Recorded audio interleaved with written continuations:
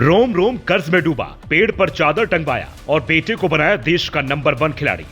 बांस का भाला बनाकर करवाई ऐसी प्रैक्टिस, नीरज चोपड़ा के लाखों का भाले का टूटा रिकॉर्ड। जौनपुर के सभाजीत यादव कौन, जिनका किस्सा सुन योगी आदित्यनाथ सब देंगे उन्हें शाबाशी।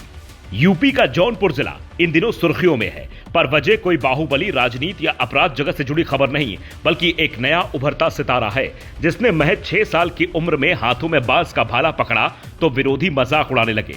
मैराथन धावक रहे पिता सभाजीत यादव ने खेत को ही ग्राउंड बनाया तो लोग उनकी सोच पर हंसने लगे। पेड़ों पर चादर टंगवाकर अपने 3 बच्चों से भाला फेंकवाने की प्रैक्टिस करवाई तो रिश्तेदार भी कहने लगे, इन्हें पढ़ाओ लिखाओ, कुछ कराओ, इससे क्या मिलेगा।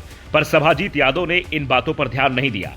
लोग क्या कहेंगे वाली बात को नकार दिया, क्योंकि उन्हें पता था पूत के पांव पालने में ही दिख जाते हैं और तीनों लड़के अगर लगातार मेहनत करते रहे तो एक ना एक दिन रिकॉर्ड जरूर बनाएंगे।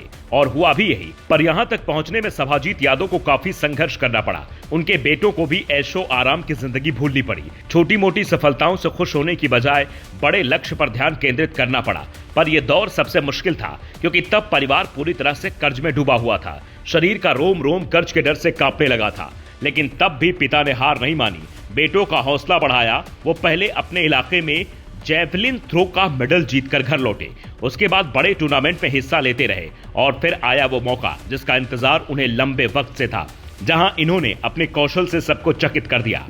रोहित यादव ने भुवनेश्वर के कलिंगा स्टेडियम में आयोजित 65वीं national inter state senior athletics championship के अंतिम दिन 87.05 मीटर भाला फेंककर कीर्तिमान स्थापित कर दिया।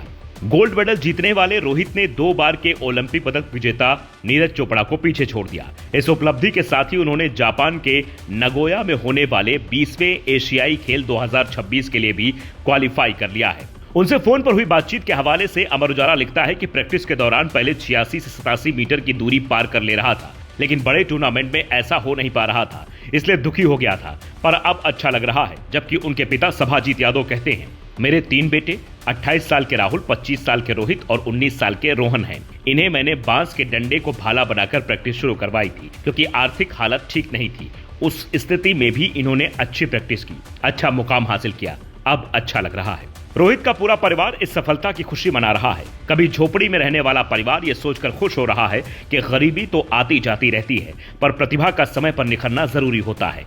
आज गोल्ड मेडलिस्ट रोहित यादव की उपलब्धि पर बधाई देने वालों का तांता लगा हुआ है। आने वाले दिनों में रोहित यादव का परिवार भी हो सकता है बड़े घर में शिफ्ट हो जाए, लेकिन यह संघर्ष उन्हें तब भी याद रहेगा कि कैसे बांस से बने भाले और लगातार की गई मेहनत ने उनकी जिंदगी बदल दी। इसीलिए अगर कोई गरीबी का रोना रोए, जीवन में अभाव की बात करे, तो उसे यह कहानी जरूर सुनाइएगा, ताकि उसे समझ आए कि सही दिशा और सही वक्त में की गई मेहनत कभी बेकार नहीं जाती। अपने बेटे के लिए सभाजीत यादव कुछ ऐसे ही गुरु द्रोण बने, जैसे वैभव सूर्यवंशी के लिए उनके पिता बने। आज दोनों खिलाड़ियों ने कम उम्र में सफलता का बड़ा झंडा बुलंद किया है।